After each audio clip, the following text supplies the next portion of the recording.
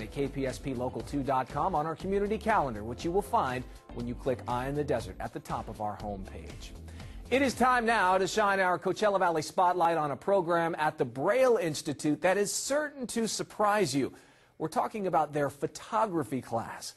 A group of people who have lost most of their vision have learned to focus in on their unique way of experiencing the world, helping the rest of us to see things in a way that we've never seen them before.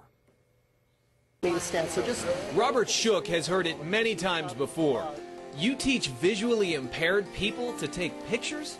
People are amazed. They'll ask me, hey, how is that possible? How does it work? I just did a presentation to a camera club, and that's the first question I always get is, how is it that blind people are taking pictures? But then when you think about it, it's really about telling a story to someone, and it's not necessarily about what's coming in through your eyes. It's about what you're seeing, experiencing internally. Advances in technology have helped. Bill Sanders lost sight in his right eye 5 years ago, and he has poor vision in his left. He was a frustrated photographer, but after 2 years in the Braille Institute's photography class, he now has a book of his photos. What made the difference today versus 5 years ago is that cameras 5 years ago did not have a viewfinder. And I can look at the pictures as I take them and after I've taken them. When I had to use the little one through the camera, I couldn't see. Elizabeth Roth is mostly blind as the result of a traumatic brain injury suffered in a car crash. She has no depth perception and her eyes are ultra-sensitive to light. With the techniques she's learned in photography class, she says taking pictures is now one of her biggest joys in life. Like, I was an adventure traveler, I was extremely athletic, I was a hiker every day and that type of thing that had to stop.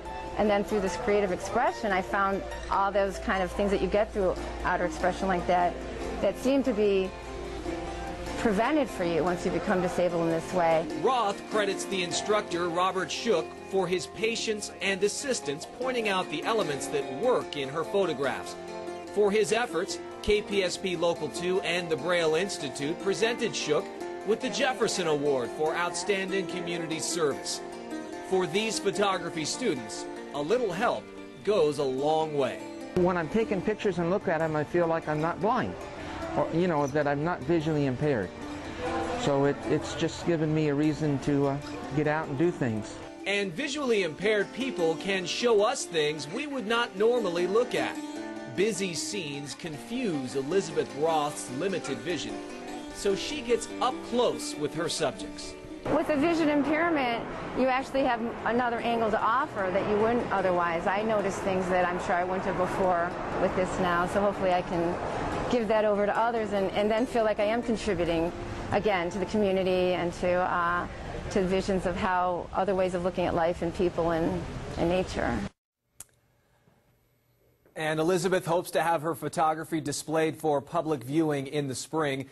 We showed you the book put together by Bill Sanders. Congratulations to them all for moving on and taking some great pictures. It was fun to do that story. Coming up, the stories behind some more amazing photos that were taken to commemorate the 10th anniversary of the Santa Rosa and San Jacinto Mountains National Monument. You're watching